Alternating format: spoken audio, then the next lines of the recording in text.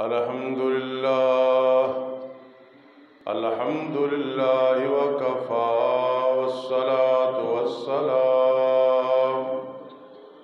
والصلاة والسلام علی من لا نبی بعدہ وعلی آلہ واصحابہ وازواجہ وآل بیتہ وأحبائه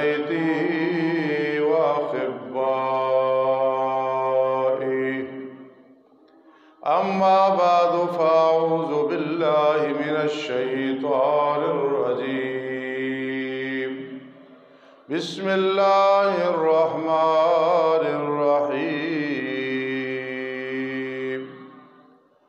قل إنما حرم ربي الفواحش ما ظهر منها وما بطن والإثم والبغي بغير الحق وأن تشركوا بالله ما لم ينزل به سلطانا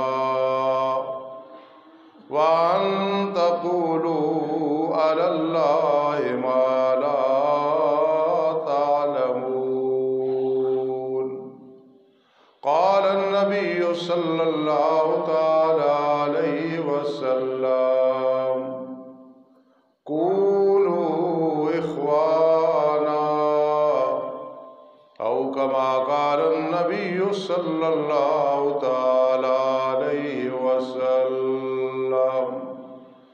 وأيضا قال النبي صلى الله تعالى عليه وسلم أكرموا أولادكم وأحسنوا أدبهم أو كما قال النبي صلى الله تعالى عليه وسلم. وأيضا قال النبي صلى الله تعالى عليه وسلم مروا صبيانكم إذا بلغوا سبعا واضربوهم إذا بلغوا عشرا أو كما قال النبي صلى الله تعالى عليه وسلم. سبحان ربك رب العزة عما يصفون وسلام على المرسلين والحمد لله رب العالمين. اللهم صل على محمد وعلى آل محمد كما صليت على إبراهيم وعلى آل إبراهيم إنك حميد مجيد. اللهم بارك على محمد وعلى آل محمد كما باركت على إبراهيم وعلى آل إبراهيم إنك حميد مجيد.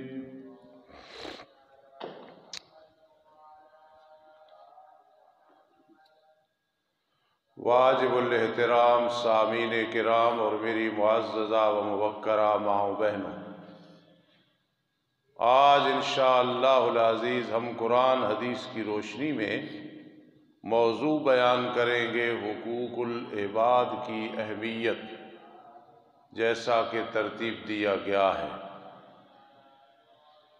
یہ ایک ایسا موضوع ہے کہ آخرت کی تیاری کے لیے جزو لا ینفک ہے. اس کے بغیر آخرت کی تیاری ناممکن ہے اور کامیابی محال ہے. آخرت کی کامیابی کے لیے عقیدہ درست ہونا اور پھر حقوق اللہ اور حقوق العباد میں سرخرو ہونا یہ ضروری ہے. حقوق اللہ میں اللہ اپنی رحمت کے ساتھ معاف فرما دیتے ہیں بعض اوقات، لیکن حقوق العباد ایک ایسی اہم چیز ہے کہ اس کی معافی اور تلافی نہیں ہوتی، ادا کرنے پڑتے ہیں یا پھر معاف کرانے پڑتے ہیں، اور وہ آخرت میں نہیں ہوگا، نہ وہاں معافی ہوگی نہ اس کا کوئی بدلہ ہو سکے گا سوائے نیکیاں اس کے نامہ اعمال میں جانے کی وجہ سے۔ معاشرے میں ہم دیکھتے ہیں اپنے بیگانوں کو تو ڈر لگ جاتا ہے کہ کئی لوگ جو دنیا میں امیر ہیں آخرت کے معاملے میں مفلس ہیں، غریب ہیں، کیونکہ میرے آقا علیہ الصلاۃ والسلام سے پوچھا گیا اللہ کے پیغمبر مفلس کون ہے؟ مفلس کا عام فام معنی کنگال، مفلس کون ہے؟ تو رحمت دو عالم صلی اللہ تعالی علیہ وسلم نے فرمایا کہ مفلس وہ ہے کہ نیکیاں بھی ہیں، انفاق فی سبیل اللہ بھی ہے، لیکن حقوق العباد نے فرق لگایا، قیامت کے دن اس کی نیکیاں دوسرے کے نامہ اعمال میں چلی جائیں گی، اب وہ مفلس اور کنگال رہ جائے گا۔ میں نے اس دور میں وہ نوجوان دیکھے، وہ بوڑھے دیکھے، اور ان پہ رشک آیا مجھے کہ میں بھی ان کی طرح ہو جاؤں، اور ہیں وہ بہت کم لوگ جو اللہ پہ بھروسہ کر کے کہتے ہیں ہماری آخرت کی تیاری کچھ نہ کچھ ہے۔ یہ بہت بڑی بات ہے، آدمی ایماندار ہو پھر یہ کہے کہ یار آخرت کی کچھ نہ کچھ تیاری ہے۔ گجرانوالہ میں آج سے 15 سال پہلے ہمارے ایک بھائی، دینی بھائی تھے، وہ بھی دین کے خادم، تو انہیں کسی نے بتایا یا انہوں نے پوچھا مجھے یہ خواب آئی ہے کہ بڑے خوبصورت تکیے ہیں اور میں ان پہ بیٹھا ہوں، تو معبر نے مجھے یہ بتایا، جس نے انہیں تعبیر بتائی، کہ میں نے کہا حضرت آخرت کی تیاری کر لو، اشارہ ہے اللہ بلانے والا ہے۔ تو وہ معبر کہتے ہیں کہ آگے سے انہوں نے بڑے وثوق سے کہا کہ یار آخرت کی کچھ نہ کچھ تیاری ہے، یہ وہی کہہ سکتا ہے جس کی تیاری ہو۔ تو جو آدمی کہے میری آخرت کی تیاری ہے، ذہن میں رکھے حقوق اللہ، نماز، روزہ، زکوٰۃ، حج وغیرہ معاملات، معاشرت، اخلاقیات، اور ساتھ ساتھ حقوق العباد میں بھی سرخرو ہو اور فکر کرتا ہو، تو انشاءاللہ آخرت بن جائے گی۔ میرے بڑے بھائی حکیم ہیں، آج سے 35-36 سال پہلے ایک آدمی مغرب کے وقت آیا ان کے پاس دوا لینے کے لیے، میں ادھر کھڑا تھا، تو بھائی صاحب سے پوچھتا ہے کتنے پیسے؟ انہوں نے کہا 2.5 روپے۔ انہوں نے کہا یہ لو، انہوں نے کہا میرے پاس ٹوٹو ہی نہیں یار، کل دے دینا۔ عام آدمی تھا، آج بھی وہ زندہ ہے۔ تو جاتے ہوئے کہنے لگا استاد جی اگر موت آ گئی تو معاف کر دینا، کسی نے نہیں دینے۔ کتنی فکر ہے ایک عام آدمی کو، اور نئی فکر تو بڑے بڑے لوگوں کو آخرت کی فکر نہیں ہے حقوق العباد کے حوالے سے۔ خدا را فکر کرنی ہے، آخرت کا معاملہ بہت نازک ہے۔ اگر یہ ایسی ہوتا کہ حقوق العباد کی اہمیت نہ ہوتی تو رحمت دو عالم صلی اللہ تعالی علیہ وسلم کو جب کہا جاتا اللہ کے پیغمبر علیہ السلام آئیں جنازہ پڑھائیں، میرے آقا پوچھتے تھے اس کے ذمے کو قرض تو نہیں، حقوق العباد تو نہیں، پہلی بات یہ ہے کہ عالم الغیب اللہ کی ذات ہے، ورنہ نبی علیہ السلام خود فرما دیتے کہ اس کے ذمے قرض ہے، اس کے نہیں ہے، کیونکہ غیب کا جو علم ہے یہ خاصہ خدا بندی ہے۔ اللہ نے کسی کو عطا نہیں کیا۔ عالم الغیب والشہادہ قل لا یعلم من فی السماوات والارض الغیب الا اللہ لو کنت عالم الغیب۔ میرے آقا کو حکم ہوا کہ آپ اعلان کر دو عالم الغیب اللہ کی ذات۔ جب کا عرض کی جاتی اللہ کے پیغمبر علیہ السلام اس کے ذمہ قرض ہے تو فرماتے ما انا اصلی علیہ، میں اس کا نماز جنازہ نہیں پڑھاؤں گا۔ اگر کوئی ذمہ داری اٹھا لیتا ٹھیک، ورنہ آپ جنازہ نہیں پڑھاتے تھے۔ پھر جب فتوحات ہونے لگیں، غنیمتیں آنے لگیں، پھر سبحان اللہ آپ خود ذمہ لے لیتے تھے۔ تو اگر یہ قرض اور حقوق العباد ضروری نہ ہوتے، آپ اپنے ذمے کیوں لیتے؟ میرا جی جنازہ فلاں بزرگ نے پڑھایا ہے، فلاں ولی اللہ نے پڑھایا ہے، میرے فلاں عزیز کا جنازہ فلاں بزرگ نے ولی اللہ نے پڑھایا ہے، میرا جنازہ بھی فلاں کو کہنا وہ پڑھائے۔ حتیٰ کہ جتنا بھی بڑا ولی اللہ ہوگا تیرا میرا جنازہ پڑھائے گا، حقوق العباد کے معاملے میں سرخنو نہیں ہوں گے جب تک معاف نہیں کرائے یا ادا نہیں کیے، یا بعد والے ذمہ داری اٹھا کے وہ بھی صرف جنازہ گاہ تک نہیں بلکہ ذمہ داری پوری کریں۔ آپ چونکہ اس حوالے میں صاف ہے نا تو شاید آپ کو ادراک نہ ہو، ہم نے وہ لوگ بھی سنے ہیں جنازہ جا رہا ہے اور ایک آدمی کہتا ہے اس نے میرے اتنے دینے تھے، اس نے میرے اتنے دینے تھے۔ کیا زندگی ہے؟ شرمندگی ہے یہ کوئی زندگی۔ اور خوش نصیب ہے وہ کہ جا رہا ہے اپنے بیگانوں کے حساب سے فارغ ہے۔ اس میں پھر جوڑے بھی کم بنانے پڑتے ہیں، فضول خرچیاں بھی نہیں ہوتی ہیں، اور گل چھرے بھی نہیں اڑائے جاتے، اور عیش و عشرت کی زندگی بھی نہیں ہوتی۔ فکر ہوتی ہے اللہ کے پاس جانا ہے۔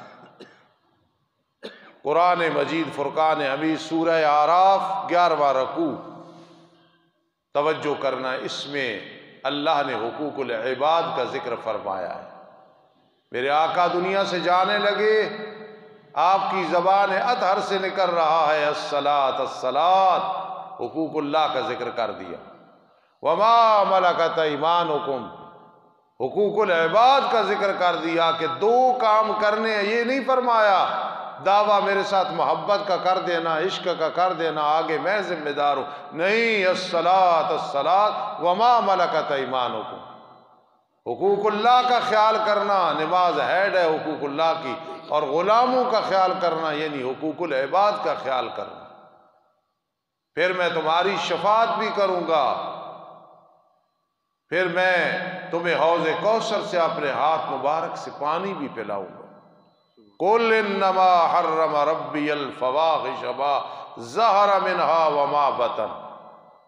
ایک آدمی فوت ہوا، دوسرے کے خواب میں آیا، یار میرا کچھ سوچو، اس نے آ کے مجھے بتایا، میں نے کہا کسی کو نہیں کہنا کہ ایسے وہ کہہ رہا، یہ حقوق العباد کی طرف اشارہ ہے، رو رو کے دعا کرو، کسی نے نہیں ادا کرنے اس کے حقوق العباد، نہ اس نے خود زندگی میں فکر کی ہے، اس کی آخرت برباد ہو رہی ہے، رو رو کے دعا کرو، میں بھی دعا کروں گا۔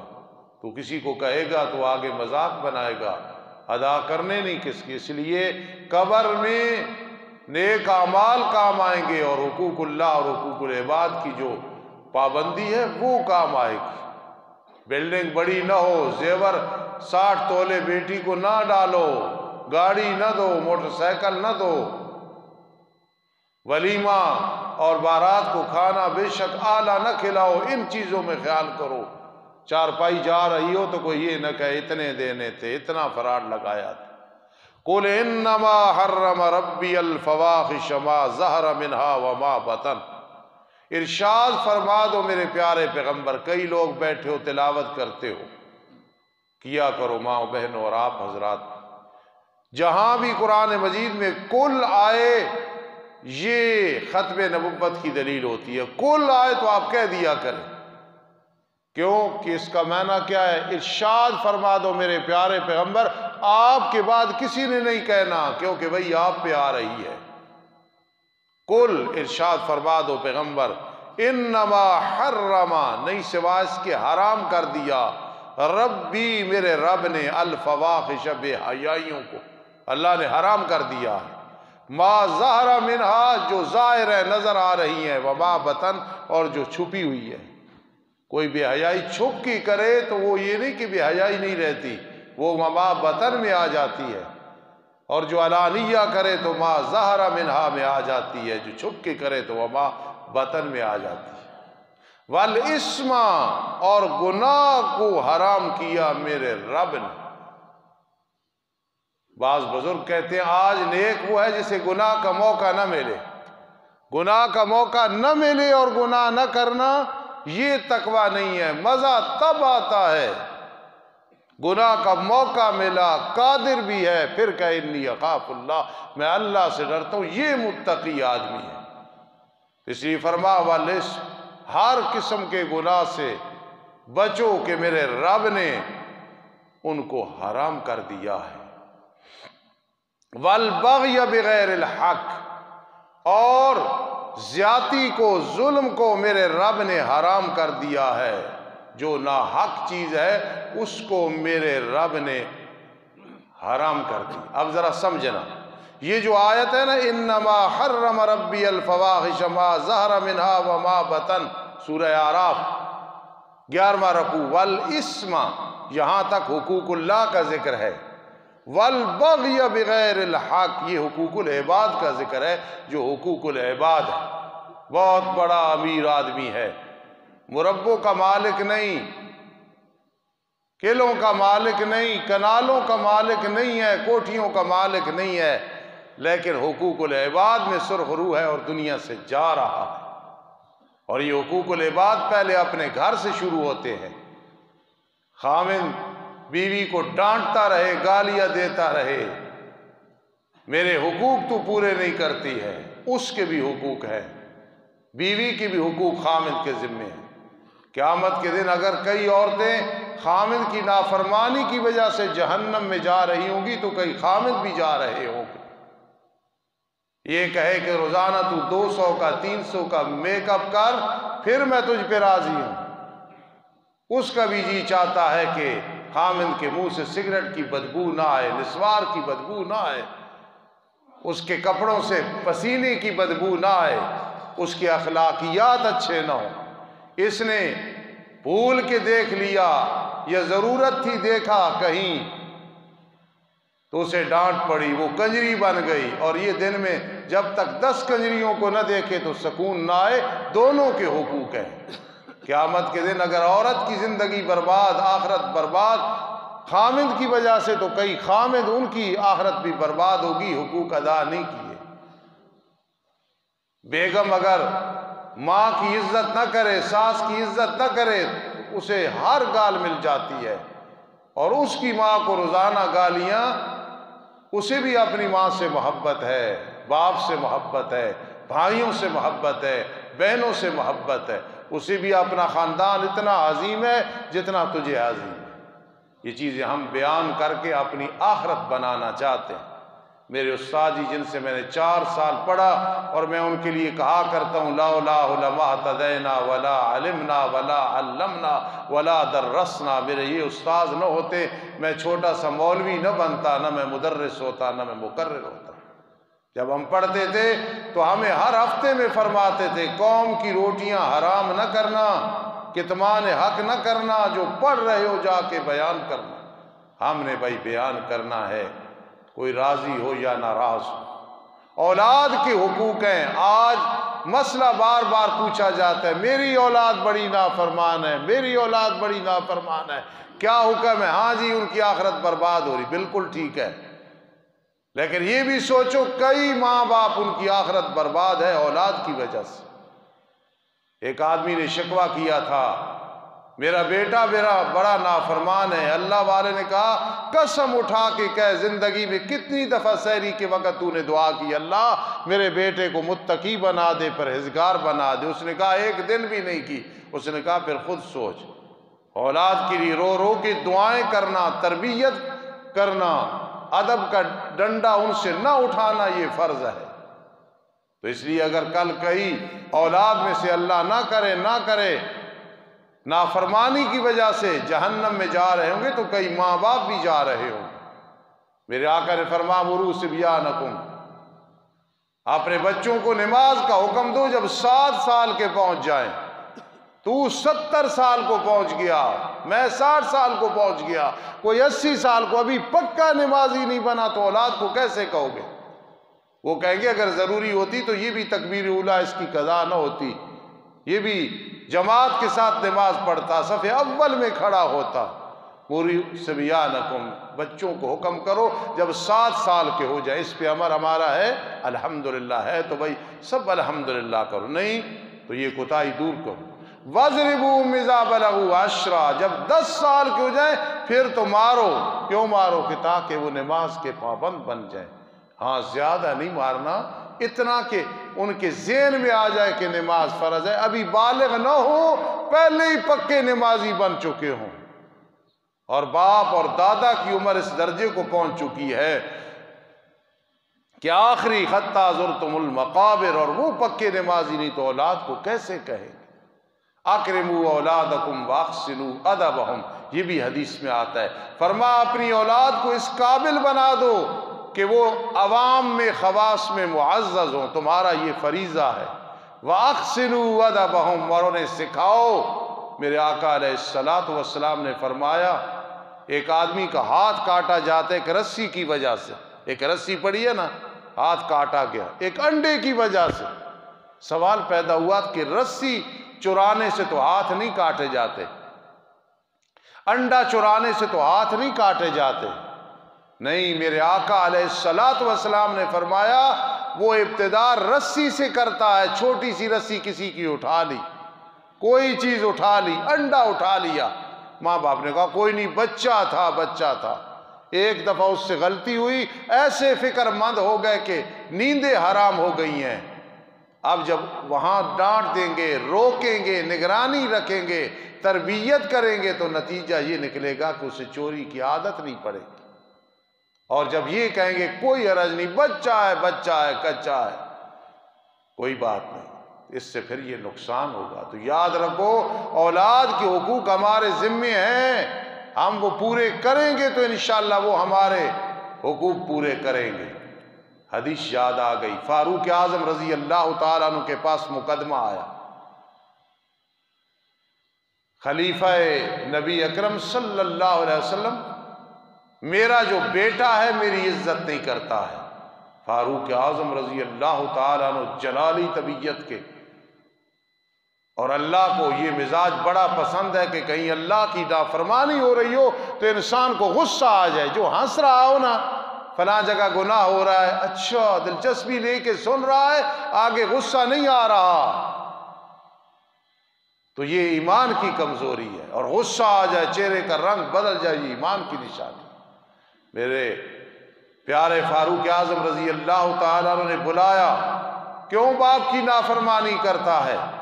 اس نے کہا حضرت کوئی اولاد کے بھی حقوق ہیں؟ ہاں جی ہیں. کیا حقوق ہیں؟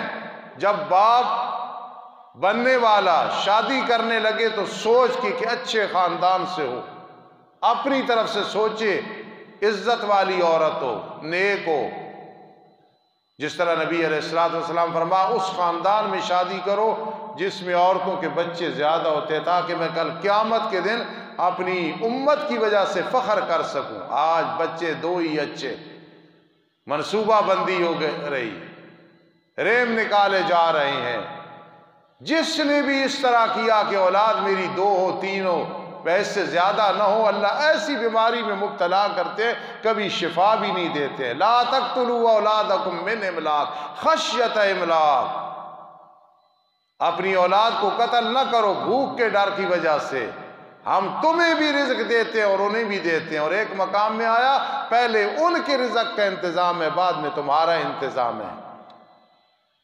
تو میرے پیارے فاروق اعظم رضی اللہ تعالیٰ نے فرمایا کہ بیٹا پہلا یہ ہے کہ اچھا انتخاب کرے، پھر اولاد کا نام اچھا رکھے، پھر ہو سکے تو عقیقہ کرے، پھر اسے قرآن سکھلائے. اس میں جج کون ہے؟ فاروق اعظم رضی اللہ تعالیٰ عنہ، اور مقدمہ پیش کیا جا رہا ہے. اب بیٹے نے کہا جی اس نے سب سے پہلے نکاح کیا کہ لونڈی کے ساتھ، میری ماں میں عظمت دل میں رکھتا ہوں، اس کی عظمت میرے دل میں ہے، لیکن یہ کر سکتا تھا، اس نے ایک لونڈی کے ساتھ شادی کی، وہ میری ماں ہے، اس کی عظمت، اس کا مقام، اس کے قدموں کے نیچے جنت میں مانتا ہوں، لیکن پہلا فرق اس نے یہ لگایا۔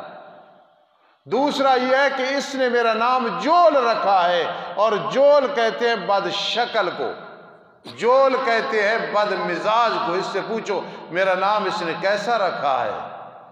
حالانکہ نبی اکرم صلی اللہ تعالی علیہ وسلم نے فرمایا تمام ناموں سے اچھا نام عبداللہ اور عبد الرحمن ہے، پھر اس کے ساتھ محمد رکھ دو تو ماشاءاللہ وہ مبارک ہی مبارک بن جاتا ہے۔ اور حضرت اس سے پوچھو میرے والد، میری یہ عمر ہو گئی، ایک آیت بھی مجھے قرآن کی نہیں سکھائی ہے۔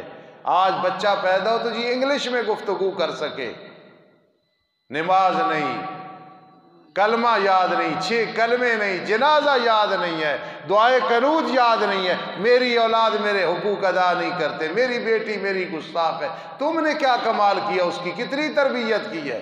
بات بات پہ ڈانٹا ہے کہ آج وہ پکی نمازی ہو۔ اس لیے یہ حقوق العباد ہیں، اولاد کے بھی ہے، خامد بیوی کے ہیں، قریبی رشتہ داروں کے ہیں، پڑوسیوں کے ہیں، اور پوری امت کے ہیں۔ تو والعصمۃ تک حقوق اللہ کا ذکر ہے، والبغی بغیر الحق یہ حقوق العباد کا ذکر ہے۔